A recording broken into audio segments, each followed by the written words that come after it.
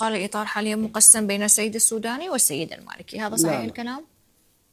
لا قبل شوية قلت الإطار مقسم. الإطار مطشر طشر. إيه؟ بس مو يعني مو سوداني. مقسم، مطشر. مطشر، كلمة مطشر. ايه. ضاعي. قيس الخزعلي ايه. ناقم على الجميع.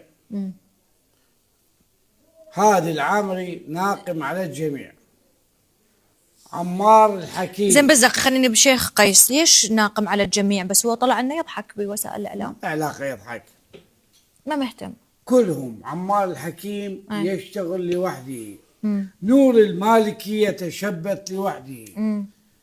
سوداني يتشبت لوحده. بالمقابل اسمه إطار، لكن واقع الحال ما متفقين على أي شيء.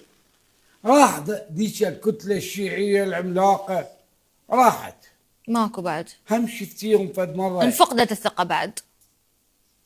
أنا أسألكم سؤال. أنتوا إطار شيعي مو؟ هم فكرتوا بالحاكمية الشيعية؟ يلا بدي أصير مثلكم طائفي. ماكو. أكثر جهة أساءت للشيعة وتاريخ الشيعة هو الإطار الشيعي.